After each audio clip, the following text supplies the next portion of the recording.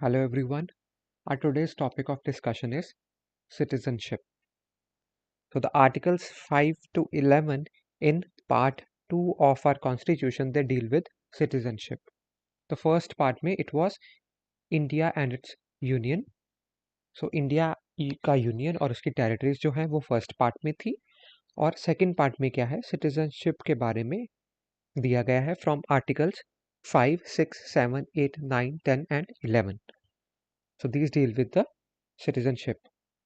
तो सिटीजन कौन है citizen is a person who enjoys full membership of a political community और state and enjoys all the civil and political rights in that state तो citizen एक वो ऐसा person है जो एक पर्टिकुलर पॉलिटिकल कम्युनिटी या स्टेट की फुल मेंबरशिप को एंजॉय करता है और साथ में उसके पास सिविल एंड पॉलिटिकल राइट्स भी हैं उस स्टेट की in any country there are two types of people citizens और एलियंस सिटीजन्स वो हैं जो हमने अभी ऊपर पढ़ा कि जिनके पास उस पर्टिकुलर स्टेट की फुल मेंबरशिप है और राइट्स भी हैं वाइल एलियंस हैं जो उस देश के सिटीजन नहीं हैं फॉरेनर्स हैं तो वो फ्रेंडली भी हो सकते हैं और अनफ्रेंडली भी हो सकते हैं Indian constitution provides special rights and privileges to its citizens तो इंडियन कॉन्स्टिट्यूशन ने कुछ स्पेशल राइट्स एंड प्रिविलेजेस दिए हैं जो सिर्फ उसके सिटीजन्स के लिए अवेलेबल हैं और बाकी एलियंस के लिए they are not available so these are provided to Indian citizens only and not to the aliens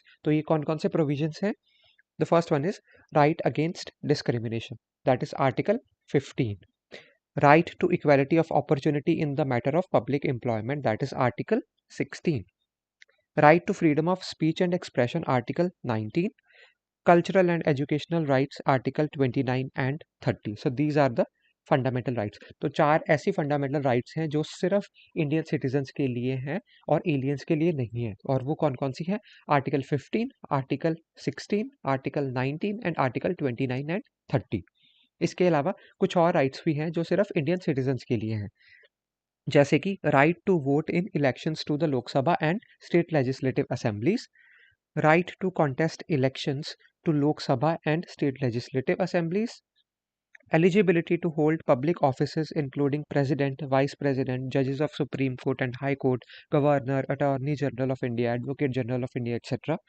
तो ये राइट्स हैं जो सिर्फ इंडियन सिटीजन्स को मिली हैं और एलियंस के लिए नहीं है so these are article 15 article 16 article 19 और आर्टिकल 29 एंड 30 जो कि फंडामेंटल राइट्स हैं उसके अलावा right to vote in elections right to contest elections और right to hold public offices ये सभी राइट्स जो हैं ये सिर्फ इंडियन सिटीजन्स के लिए हैं now we come on to these articles which mention about citizenship in our constitution तो आर्टिकल 5 to 11 है सो आर्टिकल नंबर 5 क्या कहता है it deals with citizenship at the commencement of the constitution so जब constitution start हुआ तो तब से जो सिटीजनशिप के मैटर्स हैं वो आर्टिकल नंबर 5 में है उसके बाद आर्टिकल नंबर 6 में क्या है rights of the citizenship of certain persons who have migrated to India from Pakistan तो जो लोग पाकिस्तान से इंडिया माइग्रेट किए थे उनके जो सिटीजनशिप के राइट्स हैं वो आर्टिकल नंबर 6 में दिए गए हैं आर्टिकल नंबर 7 में क्या है rights of the citizenship of certain migrants to Pakistan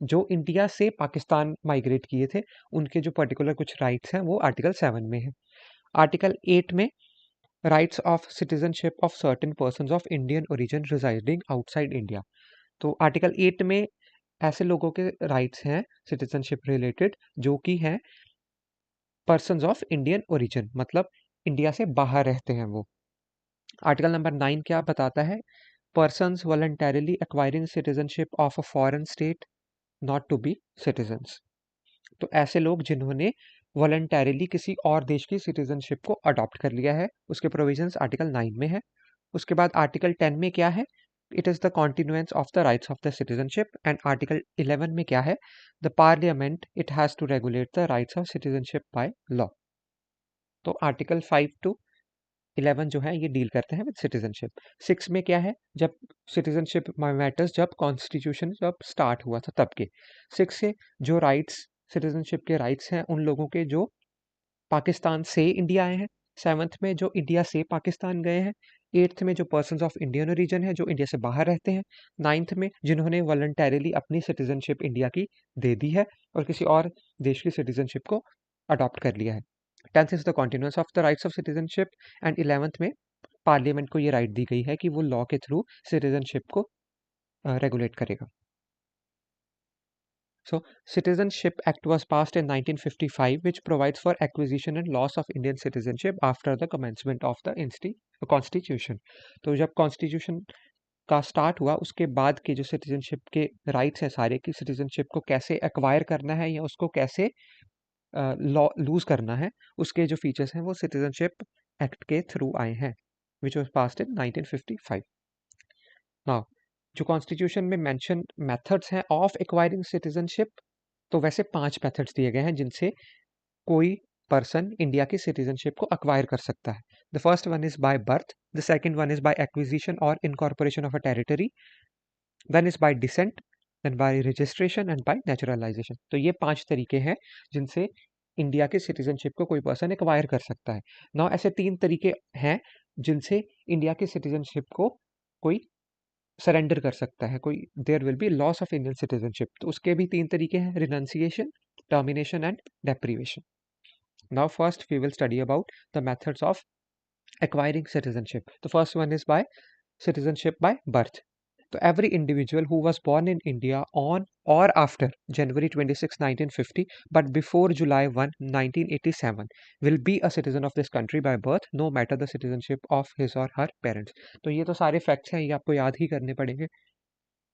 The next is, if a person is born in India on or after 1st July 1987 and before 3rd December 2004, the individual will become a citizen only when either of his or her parent was a citizen of India at the time of his or her birth. This clause is included later, keeping in mind the refugees of Bangladesh, Sri Lanka, etc. If an individual is born in India on or after 3rd December 2004, will be a citizen only if both the parents are citizens of India or one of his or her parent is a citizen of India and the remaining one is not an illegal immigrant. And finally, all of the methods of acquiring citizenship in India, citizenship by birth is the most common way of getting Indian nationality. जैसे हम सभी की है, because we were born in India. So citizenship by birth is the most common way of getting Indian nationality. The next one is citizenship by descent. An individual born outside India on or after 26 January 1950 but before the date of 10th December 1992 will be a citizen of India only if at the time of birth his or her father was needed to be a citizen of India by birth. If his or her father was a citizen of India by descent, the individual's birth needs to be registered at one of the Indian consulate within a year of his or her birth. If he fails to do so within 1 year, he needs to take the permission of the central government to register his birth. Then, an individual born outside India on or after 10th December 1992 and before 3rd December 2004 will be a citizen of India only if, at the time of birth, either of his or her parents was needed to be a citizen of India by birth. If either of his or her parents was a citizen of India by descent, the individual's birth needs to be registered at one of the Indian consulate within a year of his or her birth. If he fails to do so within 1 year, he needs to take the permission of the central government to register his birth. So the next one is citizenship by registration. The Indian origin individuals who are ordinarily resident in India for a period of 7 years. Out of 7 years, he or she should stay in India continuously for 12 months immediately before applying for citizenship, and the remaining period can be aggregate of 6 years in the last 8 years preceding the 12 months of stay in India. This you need to remember. जितना भी याद कर सकते हो कर लो. Indian origin individual who is ordinarily resident in any other country or a place outside undivided India. One can obtain Indian citizenship by marriage to a citizen of India. Individuals who are married to Indian citizenship and who are ordinarily resident in India for a period of 7 years immediately before applying for the registration. Minor children of the parents who are citizens of India. An individual of full age and capacity whose both the parents are registered as citizens of India, an individual of full age and capacity who himself or either of his parents was citizen of independent India earlier, and he should be residing for 1 year in India immediately before making an application. Then is citizenship by incorporation of a territory. So if any foreign territory becomes part of India, the government specifies the persons within that territory who can become citizens of India. Example, when Pondicherry became part of India, its people were granted the citizenship of India. Finally, the citizenship by naturalization in India. So citizenship can be obtained by naturalization. It can be acquired by a foreigner. He must not be an illegal migrant who is ordinarily resident in India for a period of 12 years. Out of 12 years, he should stay continuously for 12 months immediately before applying for the citizenship, and the remaining period can be aggregate of 11 years in the last 14 years preceding the 12 months.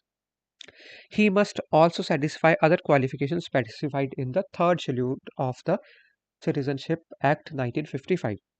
Now, there was an amendment to this Citizenship Act in 2019. So, this amendment, इसमें क्या दिया गया है कि in addition to the above standard methods of acquiring citizenship in India, the Citizenship Act of 1955 was amended by the Citizenship Amendment Act 2019 to provide Indian nationality to the religiously persecuted minorities.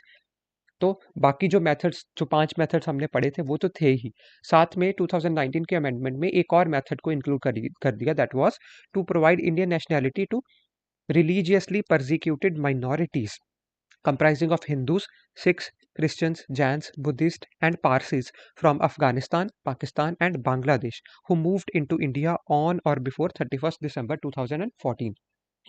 तो ऐसे लोग जो कि अफगानिस्तान में थे, पाकिस्तान में थे या बांग्लादेश में थे और उनका रिलीजन कौन सा था? हिंदू, सिख, क्रिश्चियन, जैन, बुद्धिस्ट या पारसी था।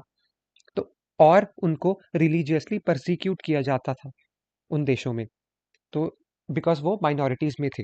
तो वो लोग, वैसे लोग जो इंडिया में ऑन और बिफोर 31 दिसंबर 2014 तक आए थे, उनको सिटीजनशिप इंडिया की दी जा सकती है।